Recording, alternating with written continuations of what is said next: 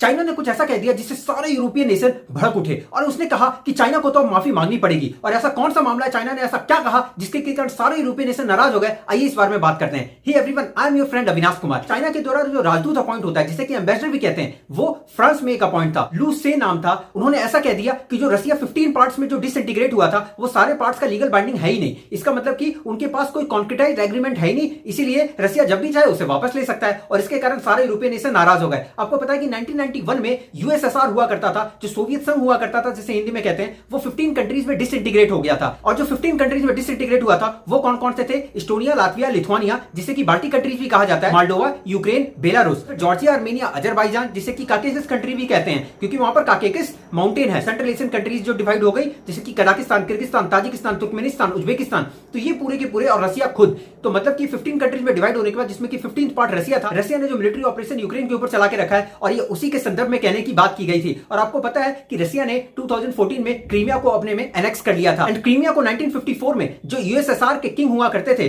जिसका नाम था निकिता खार्सोव, उन्होंने खुद एज अ गिफ्ट यूक्रेन को दे दिया था। और बाद में क्या हो गया, 1991 के बाद जैसे कि सारी कंट्रीज डिसइंटीग्रेट हो गई, यूक्रेन ने अपने आप को इंडिपेंडेंट घोषित कर दिया। 1991 में इंडिपेंडेंट डिक्लेयर करने के बाद ही 1996 में ही यूक्रेन ने अपनी रायवेनिया को ऑफिशियल करेंसी डिक्लेयर कर दिया गया था। 1918 में इंडिपेंडेंस डिक्लेयर करने के बाद उसके अंदर गृह युद्ध छिड़ गया था, जिसे कि कोल्ड वॉर भी कहते हैं। हालांकि 1914 में जिसमें फर्स्ट वर्ल्ड वॉर स्टार्ट हो रहा था, उसी समय यूएसएसआर के जो किंग हुआ करते थे, निकोलस सेकंड, वो सत्ता में आए थे, लेकिन 3 साल के बाद ही उन्हें उखाड़ फेंक दिया गया। और 1917 में ही व्लादिमीर लेनिन आए, और उसके बाद फिर जो वॉल्साई जो पीपल थे, उन्होंने 300 ईयर से जो लंबी सत्ता चली आ रही थी, रूलिंग चली आ रही थी, उसे उखाड़ करके बाहर फेंक दिया। उन्होंने वॉल्साई क्रांति स्टार्ट कर दी, मतलब जिसे वॉल्साई रेवोल्यूशन भी कहा जाता है। और इसके कारण ही साम्यवादी जो कम्युनिस्ट और मार्क्सिस्ट है, इन सबका उदय हुआ। फिर उसके बाद में 1932 में स्टालिन आए, और उनकी नीतियों के कारण बहुत सारी भुखमरी और फिर सूखा का हो गया था। कहा जाता है कि ऐसा यूएसएसआर के जो किंग हुआ करते थे जार, वो जनता की जो भी प्रॉब्लम्स थी उससे बहुत दूर हुआ करते थे। वो एक समय रास्ते पे जा रहे थे, तो उनसे किसी ने पूछा कि हमको रोटी चाहिए। जनता ने पूछा, तो उन्होंने कहा कि रोटी नहीं है, कोई बात नहीं, तुम ब्रेड खा लो। मतलब उन्हें जनता की समस्याओं के प्रति कोई भी ध्यान नहीं था।